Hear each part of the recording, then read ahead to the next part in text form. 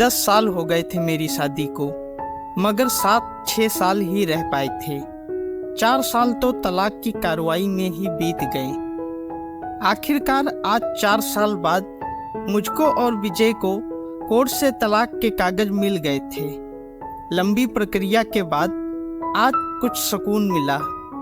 मैं और विजय तथा हमारे परिजन साथ ही कोर्ट से बाहर निकले। हमारे चेहरे पर विजय और सुकून के निशान साफ झलक रहे थे। 4 साल की लंबी जद्दोजहद के बाद आज फैसला हो गया था। मेरे हाथ में दहेज के सामान की लिस्ट थी जो अभी विजय के घर से लेना था, और विजय के हाथ में गहनों की लिस्ट थी जो उसे मुझसे लेने थे। साथ में कोर्ट का यह आदेश भी था कि विजय मुझको 10 लाख रुपए की राशि एकमुश्त देगा। मैं और विजय दोनों एक ही ऑटो में बैठकर विजय के घर आए। आज ठीक 4 साल बाद आखिरी बार ससुराल जा रही थी मैं। अब मैं कभी इन रास्तों से इस घर तक नहीं आऊंगी। यह बात भी मुझे कचोट रही थी कि जहां मैं 4 साल तक रही, आज उस घर से मेरा नाता टूट गया है।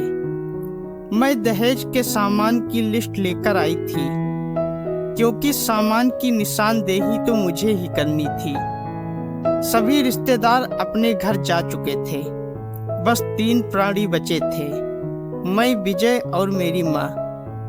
विजय यहाँ अकेला ही रहता था क्योंकि उसके पेरेंट्स गांव में ही रहते थे। मेरी और विजय की इकलौती 5 साल की बेटी, जो कोर्ट के फैसले के अनुसार बालिग होने तक मेरे पास ही रहेगी। विजय महीने में एक बार उससे मिल सकता है। घर में घुसते ही पुरानी यादें ताजा हो गईं। कितनी मेहनत से सजाया था मैंने इसे। एक एक चीज में मेरी जान बसती थी। सब कुछ उसकी आंखों के सामने ही बना था। एक एक ईंट से उसने धीरे धीरे बनते घरौंदे को पूरा होते देखा था। यह उसके सपनों का घर था।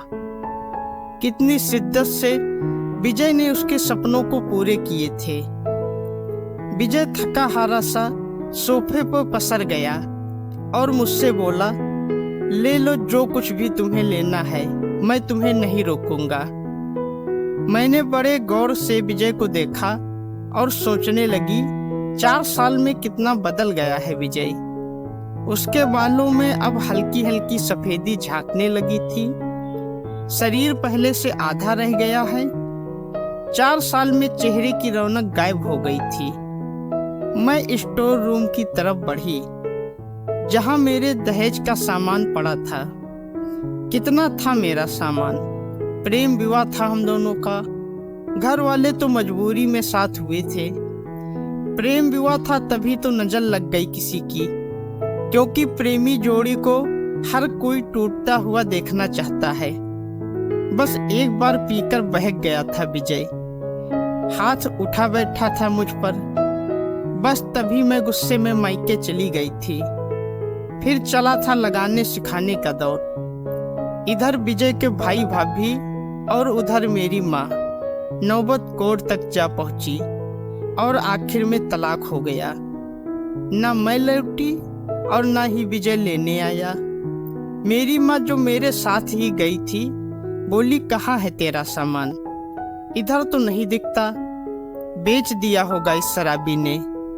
चुप रहो माँ। मुझको न जाने क्यों विजय को उसके मुंह पर शराबी कहना अच्छा नहीं लगा। फिर स्टोर रूम में पड़े सामान को एक एक कर लिस्ट से मिलाया गया। बाकी कमरों से भी लिस्ट का सामान उठा लिया गया। मैंने सिर्फ अपना सामान लिया, विजय के सामान को छुआ तक नहीं। फिर मैंने विजय के गहनों भरा बैग पकड़ा दिया। विजय ने बैग वापस मुझको ही दे दिया। रख लो, मुझे नहीं चाहिए, काम आएंगे तेरे मुसीबत में। गहनों की कीमत 15 लाख रुपए से कम नहीं थी। क्यों? कोर्ट में तुम्हारा वकील कितनी दफा गहने गहने चिल्ला रहा था। कोर्ट की बात कोर्ट में खत्म हो गई प्रिया। वहाँ तो मुझे भी दुनिया का सबसे बुरा जानवर और शराबी साबित किया गया है। यह सुनकर मेरी माँ ने नाक भौं चढ़ा दी। मुझे नहीं चाहिए, वो 10 लाख रुपए भी नहीं चाहिए। क्यों? कहकर विजय सोफे से खड़ा हो गया। बस यूं ही। मैंने मुंह फेर लिया। इतनी बड़ी जिंदगी है पड़ी है, कैसे काटोगी? ले जाओ, काम आएंगे। इतना कहकर विजय ने भी मुंह फेर लिया और दूसरे कमरे में चला गया। शायद आंखों में कुछ उमड़ा होगा जिसे छुपाना भी जरूरी था। मेरी माँ गाड़ी वाले को फोन करने में व्यस्त थी। मुझको मौका मिल गया। मैं विजय के पीछे पीछे उस कमरे में चली गई। वो रो रहा था, अजीब सा मुंह बनाकर, जैसे भीतर के सैलाब को दबाने की जद्दोजहद कर रहा हो। मैंने उसे रोते हुए कभी नहीं देखा था। आज पहली बार देखा। ना जाने क्यों दिल को कुछ सुकून सा मिला। मगर मैं ज्यादा भावुक नहीं हुई। सधे अंदाज में बोली, इतनी फिक्र थी तो क्यों तलाक दिया विजय? मैंने नहीं, तलाक तुमने दिया। दस्तखत तो तुमने भी किए, माफी नहीं मांग सकते थे? मौका कब दिया तुम्हारे घर वालों ने? जब भी फोन किया काट दिया। घर भी तो आ सकते थे। मेरी हिम्मत नहीं हुई थी आने की। तभी मेरी माँ आ गई। वो मेरा हाथ पकड़कर बाहर ले गई। अब क्यों मुंह लग रही है इसके? अब तो रिश्ता भी खत्म हो गया। हम माँ बेटी बाहर बरामदे में सोफे पर बैठकर गाड़ी का इंतजार करने लगे। मेरे भीतर भी कुछ टूट रहा था। मेरा दिल बैठा जा रहा था। मैं शून्य सी पड़ती जा रही थी। जिस सोफे पर बैठी थी उसे गौर से देखने लगी। कैसे कैसे बचत करके उसने और विजय ने वो सोफा खरीदा था। पूरे शहर में घूमी तब यह पसंद आया था। फिर मेरी नजर सामने तुलसी के सूखे पौधे पर गई।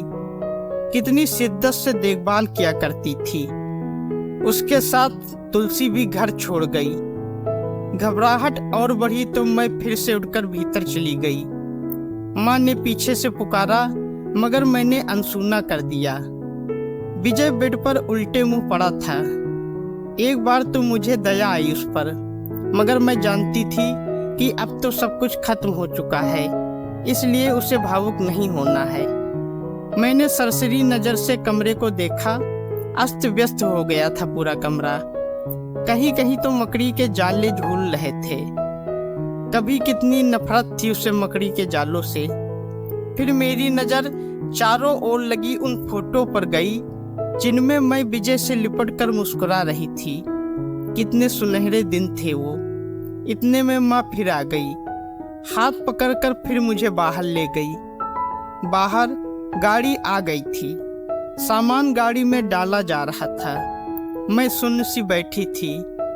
विजय गाड़ी की आवाज सुनकर बाहर आ गया। अचानक विजय कान पकड़कर घुटनों के बल बैठ गया। मुझसे बोला, मत जाओ, माफ कर दो।